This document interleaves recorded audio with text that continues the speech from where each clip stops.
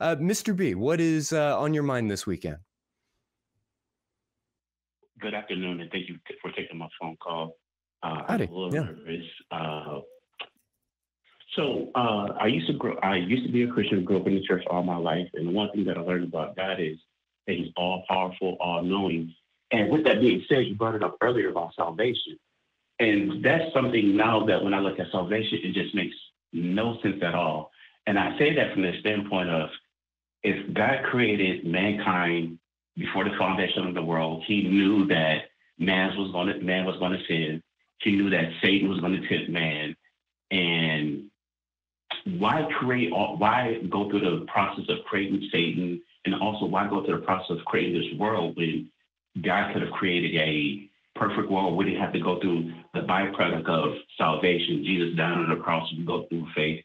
And then my second part to this is when I speak to people that are believers, and I explain to them, I try to explain to them, it's like a case study when you read a book. It's like looking at the characteristics of God and focus on His attributes and what He's able to do and not able to do. And I say, well, my issue is I put the blame on God, but they say that, well, it's not God, it's free will that we mess it up. And my rebuttal to them is like, we're not talking about humans, we're talking about God has the ability because He's, all powerful and all knowing. With those two attributes, he knew this before the salvation process was put in effect. And I hope what I'm saying makes sense. Yeah, I mean, if we take sort of conventional Christian doctrine and really examine it, what we come to very quickly is the inescapable belief that God knowingly created perhaps billions, if not an infinite number of souls, only to see them suffer in eternity forever because they failed to pass a test that He Himself wrote and frankly did a pretty poor job of preparing us for.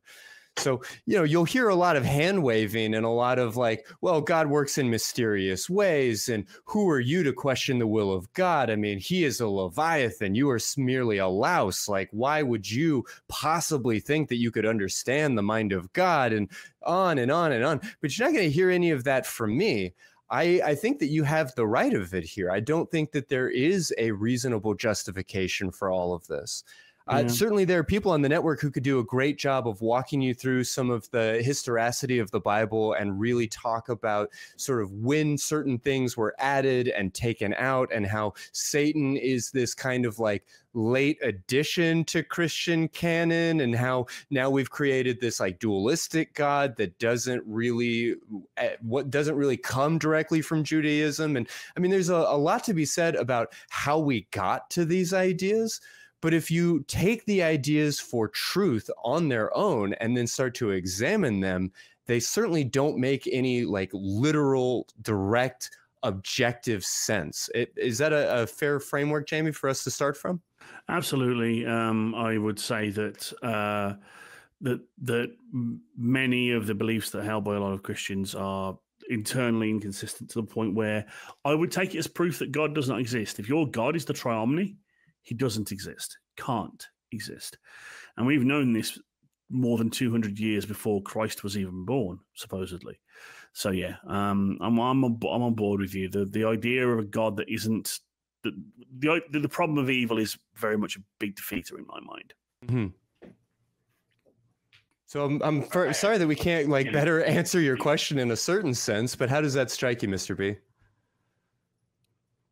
It strikes me. I guess if I could ask another question is when the conversation comes up and they in the rebuttal from believers are, well, it's human beings that messed up and it's a problem with free will. How would you go about rebutting that when it comes to free will? Because I don't. Free will is a lazy excuse to me to say that we messed up. What did the 3-month-old do? What exercise of free will did the 3-month-old do to deserve the brain cancer? Yeah, I mean, I think that that's a reasonable rebuttal in a lot of ways. For myself, Mr. B, I'll say that I just as a rule don't. Like, I don't rebut in that way. I understand that there is a place for intellectual debate and for really hashing these ideas out in meaningful ways. And I'm not encouraging anybody to like shy away from that type of intellectual discussion. But I find that typically when people are calling into the show, and certainly my personal experience, it's all about trying to convince somebody of an idea that they're not interested in learning. Now, when my friends and I talk, we can disagree about certain ideas, and then maybe we can exchange some information and then walk away from a different point of view. But it's all based on the assumption that even if we're starting from different places, that we both have a desire to better understand these concepts when we're finished. And if you are in a place where you are debating and rebuttaling with a religious person, with a Christian or somebody who identifies as some other form of theist, then in all likelihood, neither of you are particularly interested in learning something or in walking away with a different point of view. And to me, the whole exercise starts to become exhausting and masturbatory and not particularly effective. And if I may, as a mental health clinician, just encourage you to prioritize your own well-being, peace and joy and connection with other people. Let me just invite you to ask yourself why you would rebut or what the value is in having these conversations at all. Please take that, in the like loving way that it's offered. No, I take that, and I completely appreciate that advice. Yeah. Are there, particular conversations in your life that you feel challenged by, or maybe people in your life that it feels important would agree with you or at the very least understand you? It's not a lot because I come from a very, basically almost everybody in my family is religious, and a lot of them know that I don't believe anymore. And sometimes, they'll ask me, well, how come I don't believe, or what will happen? And I try to be honest with them, and I try to explain to them. And sometimes, the conversation goes to, I try to explain why I got to the point where I'm at now. And then, like I said, they'll just go to where they'll just, it comes off as they're just trying to defend what they believe versus actually trying to hear me out of how I got to the point where I'm at. And then at the end of the conversation, they'll be like, well, I'm just going to pray for you that God reveals himself to you, Mike. But that's not what I'm here for. You asked me why do I not believe, and that's how the conversation usually goes. I don't take it as, I know that they love me and they take it from a place of, it's not from a place of hate or anything like that. And I know the people that do talk to me, they do love me at the end of the day. And we still have, I have a great relationship with my family. So I don't let that particular instance, interfere my relationship with my family or the people that I care about. But sometimes they do just a little, what's the word I'm looking for?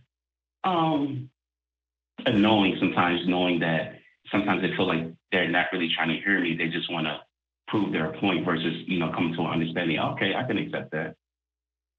Yeah. And I just don't have time or space in my own life to have too many of those conversations. Maybe I'm a little grizzled. Maybe I've been doing this with the ACA for too long, but I just feel so exhausted when we go to those places. And like I am maybe interrupting Thanksgiving in a way that doesn't really do much to benefit anybody.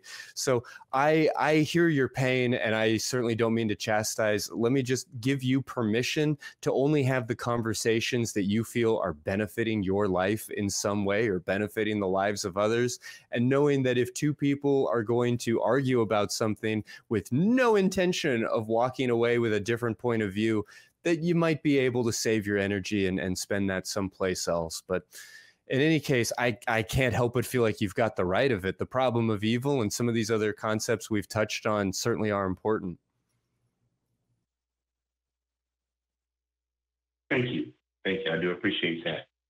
Mm-hmm.